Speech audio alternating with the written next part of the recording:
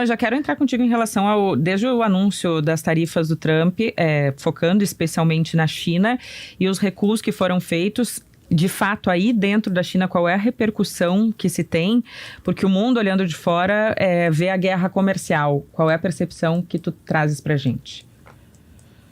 Acho que a China vê a guerra comercial da mesma forma, né? O que a gente tem dito bastante é que a China não vai tolerar ser vista numa posição de fraqueza, nesse vai e vem. Então, a China tem uma capacidade de articulação das ferramentas à disposição do governo chinês muito forte, né? Então, esse direcionamento de recursos para a direção A ou para a direção B, de acordo com a necessidade, ele pode ser feito de forma muito rápida, né? Muito acelerada aqui. Então, isso tem uma coisa em favor e uma vantagem para a China. A China enxerga com bastante apreensão o que está acontecendo, isso não muda. Não existe, vamos dizer assim, um pânico. A China teve tempo para se preparar, mas enxergam com apreensão o que está acontecendo. A China tem respondido, né? A gente viu o caso de alguns países que decidiram não retaliar as tarifas impostas pelos Estados Unidos. A China não vai ser esse caso, a China vai retaliar. Mas eu não vejo a China também completamente fechada a uma negociação, tá? Eu acho que há uma apreensão que vem com o planejamento que já foi feito, eles estavam prontos para isso, e agora é uma questão assim, vai ter uma demonstração de força, mas eu também enxergo que há a possibilidade de se sentar numa mesa e negociar. Bom, os Estados Unidos já começaram recuando, né? O Trump está recuando, dizendo que é temporário, mas recuou em relação aos smartphones, aos computadores, aos componentes. E agora tem uma pressão muito forte dos produtores de soja dos Estados Unidos, alegando que eles podem quebrar com essas medidas, com essas tarifas impostas pelo governo Trump e perder mercado, inclusive para o Brasil, que é um grande produtor de soja. Eu gostaria da sua avaliação, Vitor, em relação ao que o Brasil pode perder ou ganhar nesta guerra comercial. No geral, eu acho que um dos riscos, tá, é o que você mencionou, a parte do agronegócio, que cresceu muito, né? A gente tem que lembrar isso também, cresceu muito depois do primeiro mandato do Trump, né? Abriu muito espaço para as commodities brasileiras, para a produção brasileira no geral entrar na China, e o Brasil, com a competência que o agro sempre tem, veio e tomou esse espaço. Agora, isso pode ser usado como moeda de troca pela China. Se for uma exigência do Trump, a China pode se comprometer a comprar um pouco mais dos Estados Unidos, e aí, evidentemente, que é um risco da parcela da participação brasileira nas compras chinesas cair. Eu acho que isso é um risco inerente da negociação. Agora, o Brasil pode se beneficiar também dessa guerra. Eu acho que é um momento do Brasil também se aproximar. Há muitas oportunidades na China. A gente tem visto aqui. Eu também sou membro da Abrachan, que é a Associação Empresarial Brasileira aqui na China, e a gente tem recebido, tá, um aumento de empresas chinesas interessadas em irem para o Brasil, tanto para comprar, tanto para vender, abrir mercado, investir, né, todas as modalidades aí de business como um todo. Esse volume de interessados aumentou significativamente. Então, eu acho que é uma boa oportunidade para o Brasil estreitar esses laços, né? O capital chinês ele vai estar procurando novos mercados. O Brasil já é um país que, independentemente de quem esteja na liderança, a relação com a China ela cresce constantemente, né?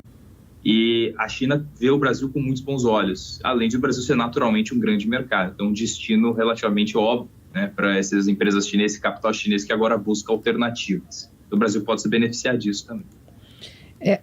Se fala que vai ter uma nova ordem de comércio internacional a partir do momento em que se estabilizar essas definições, Trump recuando, avançando, enfim. E como a China vai reagir. São as duas maiores economias do mundo. Mas considerando as outras economias que são importantes também e que estão se posicionando, e aí falamos, né, sobre Brasil, né? Mas tem Canadá, né? Que foi muito atacado pelos Estados Unidos, está sendo apoiado pela Europa, e aí já trago a União Europeia para essa nossa conjectura também. A União Europeia que manifestou, inclusive, apoio à China, os jornais europeus tratando a China como um parceiro confiável. O que prever aí para os próximos meses e para os próximos anos dentro desses apoios, dessas construções e destas novas concorrências que se geram a partir desse posicionamento dos Estados Unidos? Eu acho que o grande efeito, num exercício de futurologia aqui, acho que um grande efeito que a gente vai ver, na verdade, é essa descentralização das relações comerciais. A a gente naturalmente presta muita atenção no que o presidente dos Estados Unidos está falando, até porque o Trump tem essa característica de dar declarações que chamam muita atenção, né? Então, assim, ele atrai essa atenção para ele. Mas essa quebra do sistema, o efeito principal, na minha visão, não é só na relação Brasil-China, União Europeia com a China, ou até no Brasil com outros países na América Latina, é mais o efeito macro de que vai haver uma descentralização, de que vai puxar todos os players, né, os atores desse tabuleiro a pensar em novas parcerias. Eu acho que a gente vai ver um momento que novas parcerias serão formadas fora do contexto dos Estados Unidos, até fora do contexto China também. A gente está vendo agora uma aceleração da parte da União Europeia para consolidar e realmente implementar o acordo com o Mercosul, por exemplo. E isso é tudo consequência dessa quebra que os Estados Unidos unilateralmente está impondo. Apesar de que já havia uma tendência de criação dessas novas parcerias, eu realmente acredito que o Trump está conseguindo acelerar essa tendência. Então, acho que a gente vai ver, vão ser países buscando novas parcerias em todos os âmbitos, novas parcerias, abrindo novos mercados, tanto para empresas indo para a China, saindo da China, entre outros centros de comércio. Acho que a gente vai ver uma diversificação das parcerias, principalmente no âmbito comercial. Vendo aí de dentro, assim, a China é um parceiro confiável para o Brasil, porque nós vimos na pandemia o quanto somos dependentes da China em matéria de equipamentos médicos. Eu lembro que teve um determinado momento que nós não tínhamos máscaras e aventais descartáveis e tudo isso tinha que ser importado da China. E vendo-se como a China produz a custos menores também, não há um risco de a China acabar, nesse avanço causado justamente pelas tarifas dos Estados Unidos, acabar quebrando a competitividade dentro do próprio Brasil mesmo, com essa produção tão mais barata que ela faz, principalmente em matéria de têxteis? Eu acho que, honestamente, existe, tá? Acho que não tem como fugir disso, existe sim um risco à indústria nacional brasileira. O ponto que eu reforço só é o seguinte: a competitividade das indústrias chinesas ela não é direcionada ao Brasil. Esse método de trabalho que eles têm de pressionar e reduzir os custos ao máximo que eles conseguirem e otimizar a produção ao máximo é fruto do alto nível de competitividade que existe no mercado interno chinês, né? Então, esse capitalismo, talvez o capitalismo mais selvagem, mais feroz que eu já tinha visto, é realmente aqui na China, porque a competitividade no mercado doméstico é muito grande. Existem muitas empresas chinesas. Então, aqui é o modus operandi da empresa chinesa, é essa. E lógico que ela cria essas vantagens competitivas e leva isso para fora. Então, o impacto da maior presença chinesa no Brasil pode impactar a indústria local? Eu acho que sim, com certeza. A gente não pode negar que há essa possibilidade, mas na minha visão, vai muito do Brasil saber administrar isso. A China não está usando essa estratégia para entrar no mercado brasileiro.